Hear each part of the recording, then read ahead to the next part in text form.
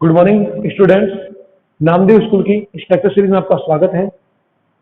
आज हम lesson number 3 अध्याय 3 का आगे वाला वीडियो पढ़ेंगे। ठीक है, इस वीडियो के अंदर एक ऐसा टॉपिक के बारे में हम चर्चा करने जा रहे हैं जिस टॉपिक का न्यूमेरिकल 101% बोर्ड के पेपर में आने की संभावना रहती है। चलो, बोर्ड के पेपर में नहीं है तो आगे आपके फ्यूचर में जरूर जरूर आएगा, ये मैं 100% या 100% गारंटी लेता हूं। ठीक है, इस टॉपिक को बहुत ध्यान से समझना, क्योंकि इस टॉपिक में एक ऐसा चैप्टर आने वाला है जो आपकी लाइफ में आगे भी काम आएगा अगर आप फिजिक्स लेके आगे बढ़ते हो तो। ठीक है, तो क्या है इस टॉपिक और क्या है वो देख इस टॉपिक में। वो टॉपिक है विद्युत क्षेत्र, विद्युत विभव और विद्युत क्षेत्र में संबंध। हमें क्या निकालना है? विद्युत क्षेत्र और विद्युत विभव में क्या निकालना है? संबंध निकालना है। सर, ऐसा टॉपिक तो हमने पहले ही पढ़ा था जिसमें ई और वी में रिलेशन आया था। हाँ, पर वो टॉपिक जो था, उस टॉपिक के अंदर हमने क्या निकाला था? विद्युत क्षेत्र से विद्युत विभव निकाला था। और यहां हम जो निकालने जा रहे हैं, इसी टॉपिक का दूसरा रूप जो है वो क्या होता है? विद्युत विभव से विद्युत क्षेत्र के बारे में, विद्युत विभव से विद्युत क्षेत्र, ये निकालने के बाद चर्चा करें। ठीक है, तो जब भी मैंने कहा ना, पोटेंशियल का एक ऐसा टॉपिक है जिस टॉपिक के अंदर आपने लेसन के 2 वीडियो पहले देख लिए ना, तो मैं कहता हूं उस पोटेंशियल को समझने में कोई दिक्कत नहीं आएगी, उसकी फीलिंग समझने में कोई दिक्कत नहीं आएगी, उसकी जो वो कहना क्या चाह रहा है, उसका भौतिक सार्थक्य क्या है, भौतिक जो मीनिंग क्या है, वो समझने में कभी कोई दिक्कत नहीं है। तो चलिए, तो हमने पोटेंशियल की परिभाषा पढ़ी थी, विद्युत विभव की परिभाषा, विद्युत विभवांतर की परिभाषा, विभवांतर की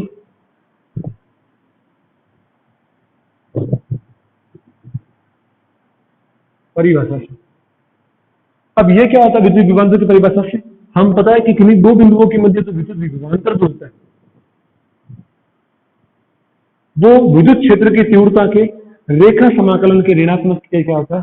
तुल्य होता है। ई vector dot D I vector. अब इसके अनदर फॉर्म भी है, हम उस चीज के बारे में चर्चा नहीं करेंगे। तो जिस चीज का टॉपिक हमें चाहिए उस चीज को लेकर चलेंगे, बाकी कोई लेना देना नहीं है।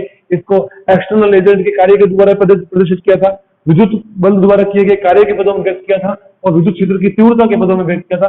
मुझे तीव्रता का कोई रिलेशन चाहिए तो मुझे यही फॉर्मूला लेना पड़ेगा। अब देखो, इसका जो राइट साइड टर्म है उपरोक्त समीकरण का, मैं कुछ नहीं लिखा, इक्वेशन 1 को निम्न प्रकार से लिखा जाता है, निम्न प्रकार से लिखा जा सकता है। तो बता सकता हूं मुझे कैसे लिखूंगा? देखो, D V is equal to integration A to B minus का इंटीग्रेशन ए टू बी, और कितना देगा?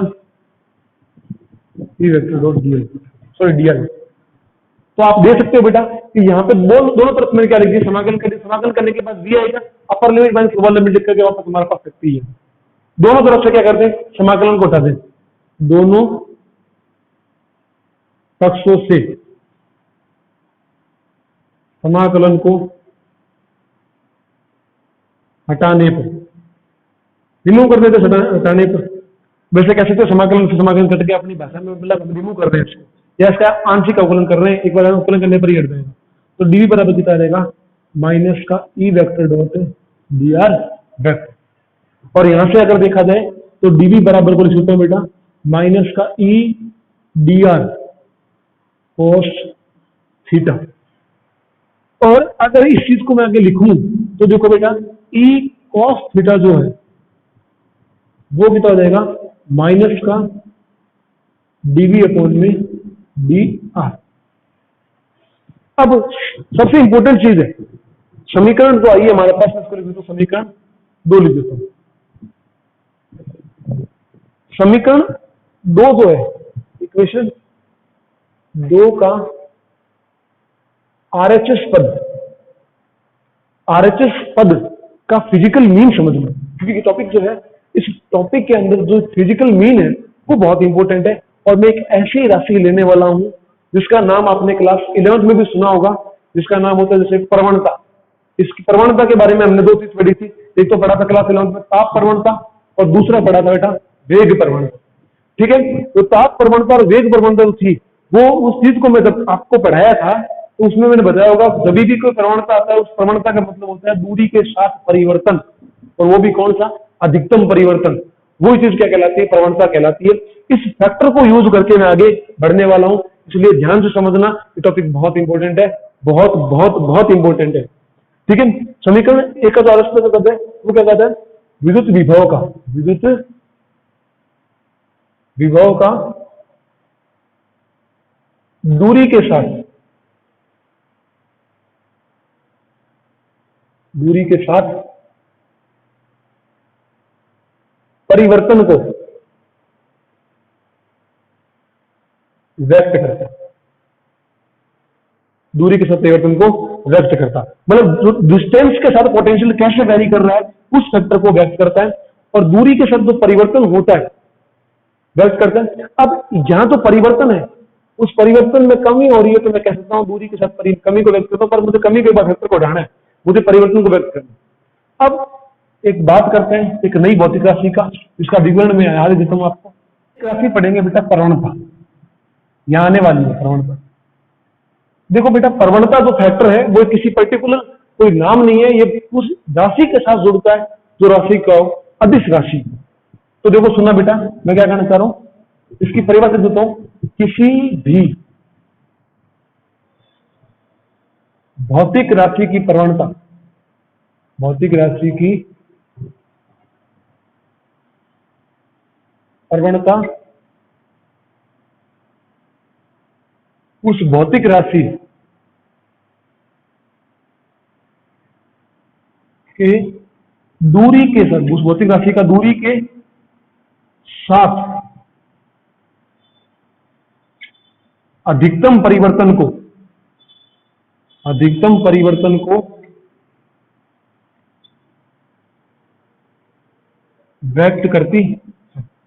बहुत इंपॉर्टेंट चीज है, किसी भी भौतिक राशि की प्रवणता उस भौतिक राशि का दूरी के साथ अधिकतम परिवर्तन को व्यक्त करती है। और वो भौतिक राशि जो होगी, सुनना मेरी बात को, वो भौतिक राशि जो होगी, वो भौतिक राशि जो होगी, वो भौतिक राशि जो होगी वो कौन सी होनी चाहिए बेटा, अदिश भौतिक राशि होनी चाहिए। सदिश की कभी प्रवणता नहीं होती, अदिश भौतिक राशि की प्रवणता होती।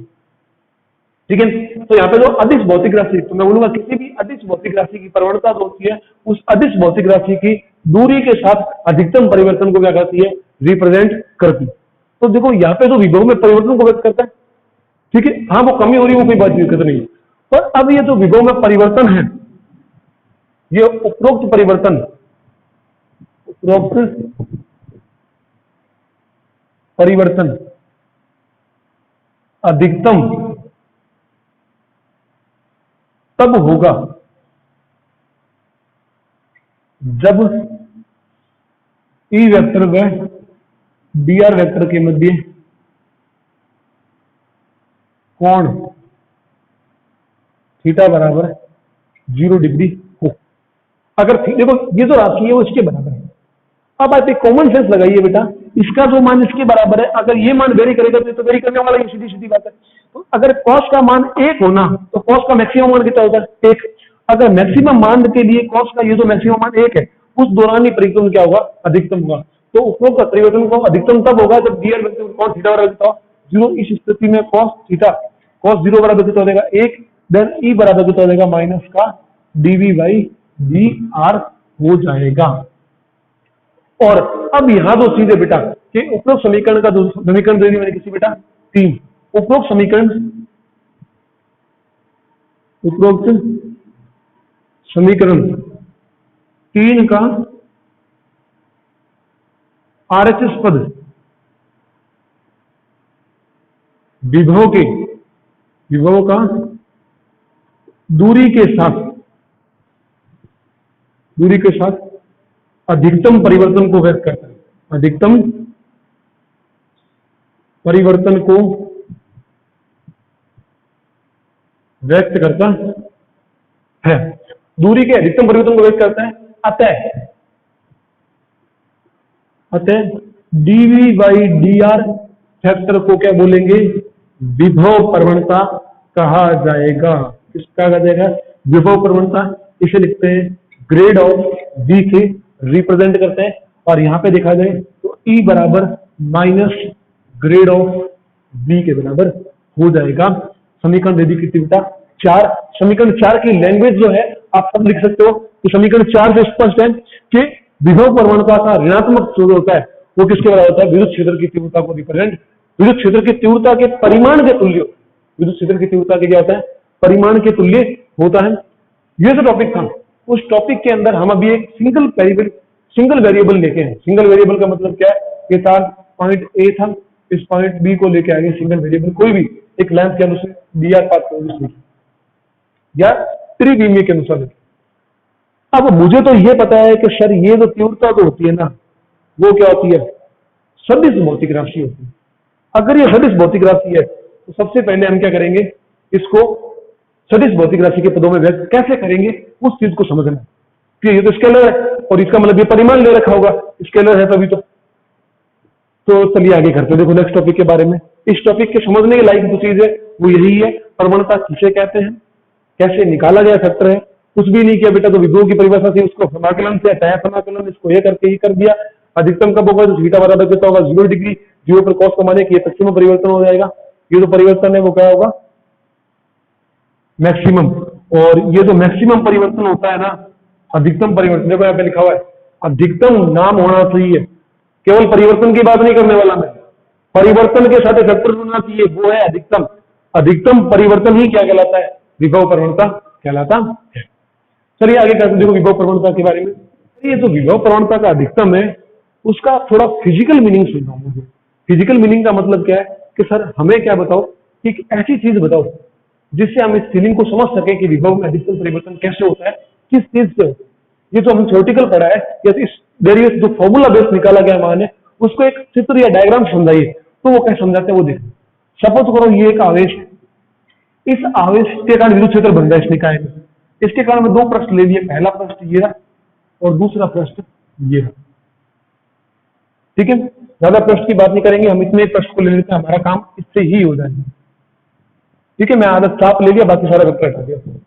अब यहाँ पे मैं 2 पृष्ठ की कल्पना कर दी, एक S1 पृष्ठ है, दूसरा S1 पृष्ठ तो मैंने कल्पांक लिया, ये वाला बेटा ये गोला है पूरा जगह, ठीक है ना। और S2 पृष्ठ में मैंने क्या ले लिया? कल्पांक ले लिया। S1 पृष्ठ में मैंने एक बिंदु लिया A और S2 पृष्ठ में मैंने एक बिंदु ले लिया कौन सा B और दूसरा बिंदु ले लिया C। एक किसको मिला देते लाइन, एक इसको मिला देते। इस S1 पृष्ठ में जो विद्युत विभव है वो कितना है? V। तो आपको पता है जब दूरी बढ़ती है तो विभव क्या होता है? घटता है। क्यों घटता है? कि V बराबर कितना होता है बेटा? KQ by R। whenever distance is increased then potential is decrease। ठीक है, तो यहाँ पे हम अगला जो पोटेंशियल रहेगा उस फैक्टर को लिख देता हूँ V माइनस dV, मतलब विभव घट। और घटने के कारण यहाँ पे सीन क्या था? कमी को व्यक्त कर रहा था। यहाँ पे जो कमी का फैक्टर था वो ये। ठीक है, अब आप एक बात सुनो, मुझे इस S1 पृष्ठ से एक चार्ज पार्टिकल को S2 पृष्ठ पे लाना है। तो S1 पृष्ठ से जब S2 पृष्ठ में इस चार्ज को लेके आऊंगा तो उसकी पहले वो तीव्रता की दिशा देखी जाए, वो तो इस तरह।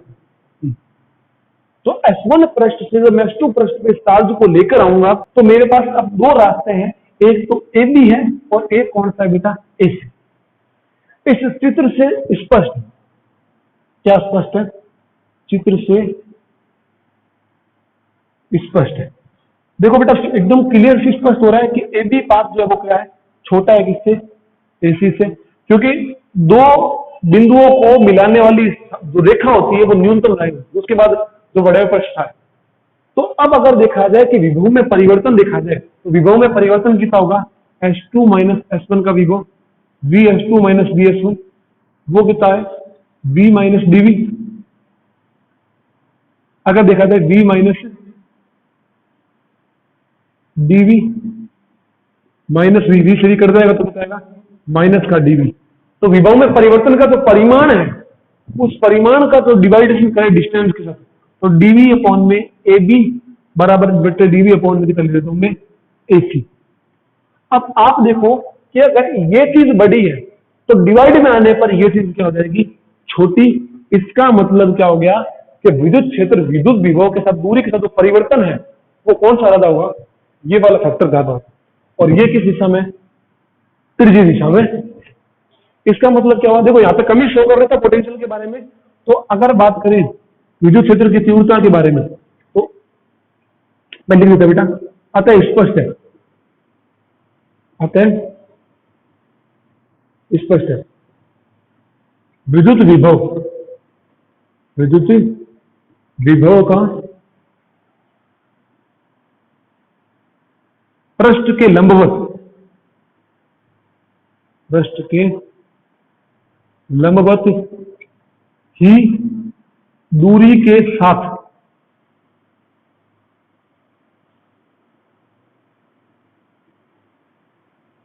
अधिकतम, अधिकतम परिवर्तन होता है। सुनना मैं क्या लिखा हूं अभी, कि विद्युत विभव का पृष्ठ के लंबवत ही दूरी के साथ क्या होता है, अधिकतम परिवर्तन हो। देखो पृष्ठ के लंबवत ये वाली लाइन ड्रॉ कर तो ये भी 90 है, इधर ड्रॉ कर तो ये भी दिखता है 90। तो पृष्ठ के लंबवत ही दूरी के साथ क्या होता है, अधिकतम परिवर्तन होता है, जो हमने पहले भी लिखा था इस चीज के बारे में। परिवर्तन को व्यक्त करता है, बीटा बराबर 0 होना चाहिए। देखो बीटा बराबर 0 कब होगा, ये आई यहाँ आगे, तभी परिवर्तन अधिकतम होगा बीटा बराबर 0 के अंदर। अब यहां से हम देखा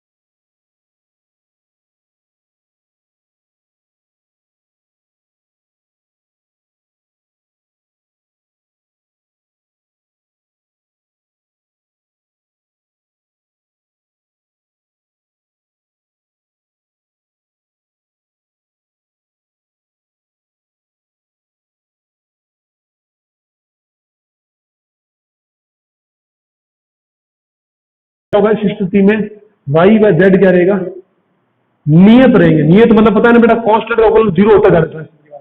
अगर y z नियत है तो पहला कितना हो जाएगा, इसका अवकलन करेंगे तो 6, इसका अवकलन करेंगे तो देखो बेटा y नियत है, x का करेंगे तो कितना आ जाएगा 1, तो 8y, इसका करेंगे तो कितना आएगा बेटा 0, क्योंकि y कांस्टेंट है, इसका करेंगे तो कितना आ जाएगा +0, तो कितना आएगा 6 - 8y। इसी प्रकार से मैं del v by del y का अवकलन करूंगा तो x और z क्या होगा, नियत होगा। इस नियत का देखा जाए बेटा, x नियत है तो ये वेक्टर भी कितना हो जाएगा 0 माइनस, यहाँ पे y का देखेंगे तो x कांस्टेंट है तो ये आ जाएगा 8x, इधर y का कितना आ जाएगा 8, इधर भी y है तो कितना आ जाएगा प्लस का 6z। सॉल्व करने पर कितना आएगा 6z माइनस 8x माइनस 8। इसी प्रकार मैं del v by del z निकाल लेता हूं, इसमें y और z क्या रहेंगे, x y क्या रहेंगे, नियत रहेंगे। तो ये फैक्टर देखो, ये वाला फैक्टर 0 हो जाएगा क्योंकि y है नहीं, इसमें भी क्या नहीं, z नहीं है, ये भी कितना आ जाएगा 0, इसमें भी z नहीं है, ये कितना आ जाएगा 0, इसका अवकलन करेंगे तो कितना आ जाएगा 6y। अब इसका मान रख देते हैं, तो मान रखने पर देखो इधर कितना आएगा 6 माइनस 8 1, तो आ जाएगा माइनस का 2। इसको सॉल्व करेंगे तो 1 और ये आ जाएगा माइनस 1, क्योंकि देखो पॉइंट जो दे रखा है वो 1 1 दे रखा है, तो 1 1 और कितना आ जाएगा 1। सॉल्व करो इसको, 8 8 16, तो कितना आ जाएगा माइनस का 10। इसी प्रकार यहाँ पे सॉल्व करेंगे तो कितना आएगा 6 आ जाएगा। इसका मान यहाँ रख दो बेटा, ई इलेक्ट्रिक फील्ड इंटेंसिटी जो है वो कितना आएगा माइनस का del V by del X, ये है माइनस का 2 आई के प्लस, सॉरी वाई में भी कह रहा है माइनस आ रहा है, तो माइनस का 10 जे के प्लस 6 के, माइनस कॉमन ले ले, माइनस कॉमन लेने पर कितना आ जाएगा 2 आई के 10 जे के और माइनस का 6 के। परिमाण ले लो, ई वेक्टर का मॉड जो हो जाएगा आई के गुणा का वर्ग रूट के अंदर प्लस जे के गुणा का वर्ग प्लस के गुणा का वर्ग, तो कितना आ जाएगा अंडर रूट 4 प्लस 100 प्लस 36, ये हो जाएगा 40 और रूट में कितना आएगा 140 वोल्ट अपॉन में मीटर। इसका रूट देख लेना कितना आता है, उसके अकॉर्डिंग आपका आंसर आ जाएगा। आज के लिए बस इतना ही, कल कर लेंगे इस न्यूमेरिकल्स को, ठीक है। अगर कोई डाउट हो इस न्यूमेरिकल इस पोर्शन के अंदर तो आप जरूर पूछना, ये टॉपिक बहुत इंपॉर्टेंट है, ठीक है। जय हिंद, जय भारत, वंदे मातरम।